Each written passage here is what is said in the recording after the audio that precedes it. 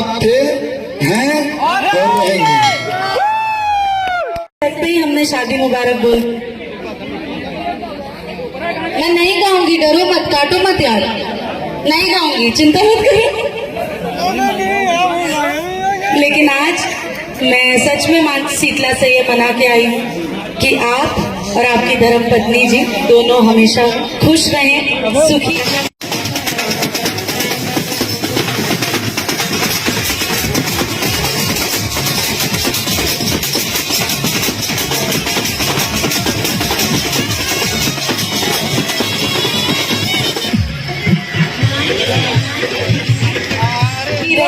आबाद है और बाबा विश्वनाथ जी के नगरी में बने आप लोग का आशीर्वाद हमके दे देनी।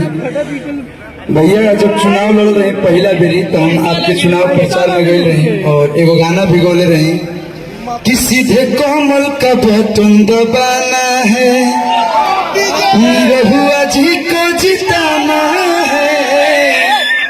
और वो गाना बहुत लोग पॉलिटिक्स में, राजनीति में बहुत लोग गाना गावा, लेकिन हाईएस्ट व्यूज अभी तक के अगर कोनो गाना के बाद राजनीति में तो दिनेश भैया के ही बा कि देशल भारी पड़ल 5 साल पर वोट मरी हा कमल छाप पर। इस और नंबर 1 आप थे, हैं और रहेंगे। और वाकई भोजपुरी इंडस्ट्री में हम गुरु मानी ना सिंगिंग लाइन में, लेकिन अगर एक्टिंग में, अगर मैं इनके मुंह पे नहीं बोल रहा हूँ, अगर एक्टिंग में मैं किसी को फॉलो करता हूँ तो दिनेश भैया को ही करता हूँ।